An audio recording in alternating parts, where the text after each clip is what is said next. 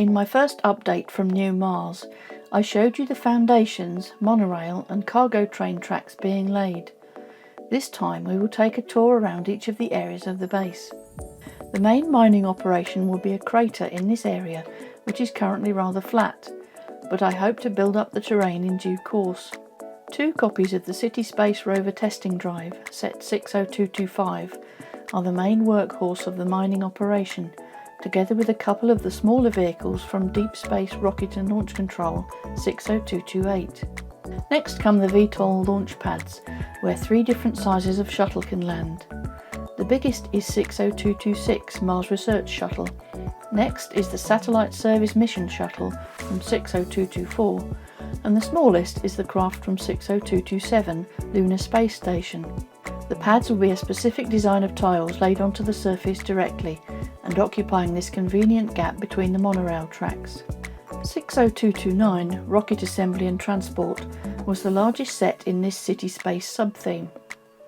I managed to get a second copy at a very good price, so have built 2 of the support vehicles and assembly building, which I intend to expand and fully enclose. I only have room for one of the big crawler transporters and its cargo, the rocket itself, in this part of the base. The main rocket launch pads will be made from 2 copies of 60228 Deep Space Rocket and Launch Control. I will adapt the launch control buildings in due course and build the 2 pads into the surface of the ground to allow for each to have a proper firing pit. There will also be a shared access gantry between them, and behind is an area for fuel storage, including liquid oxygen, which is pumped in from the spherical holding tank, which makes use of the unique pieces from a TIE Fighter Interceptor and Death Star set 9676. In the main theme, the Lunar Space Station 60227 was envisioned to be an orbiting space station in zero gravity. Some of the beds are mounted to the walls, but its pod-like modular shape works very well for ground-based buildings as well. I have picked up 4 copies of this set when they were on good discount, and will fully customise the interior of each in due course. For the moment they will serve as testing laboratories for the minerals being mined, as well as a safe atmosphere for any no spacesuit activities indoors. New Mars does not have a breathable atmosphere on the surface for minifigs, so they will all have to wear a spacesuit when out of the pressurised areas of the base. In order to communicate with off-world shuttlecraft and the wider sector of space, 4 satellite ground stations are in the process of being installed at the side of the main launch control area. Eventually they will be motorised to rotate so they can get a lock on a good signal. The main components of these were 4 copies of the Polybag 30365 Space Satellite.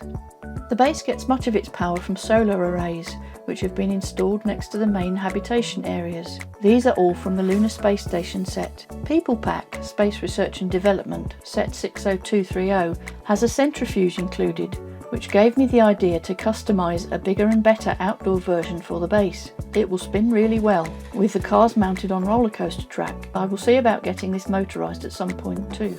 Occasionally things go wrong with the centrifuge, but I think they are mainly due to operator error. Now that we have been introduced to all the operational areas, let's take a tour of the whole base on the monorail system and see what the driver would see from the cockpit.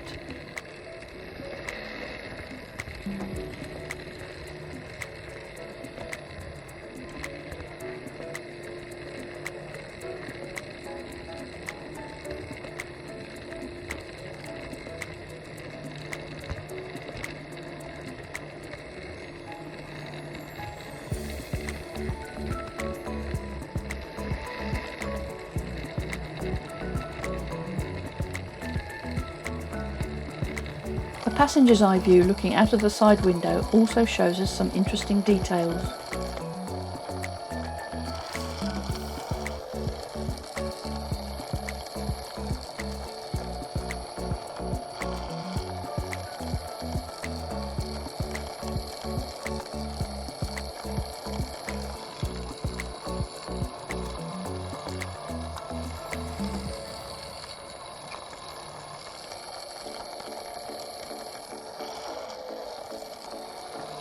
Now the New Mars project is well underway, I will be making regular videos to show the progress I've made, so please check back for further updates. If you enjoyed this video, please give it a like and subscribe to my channel so you can see new content when it is released.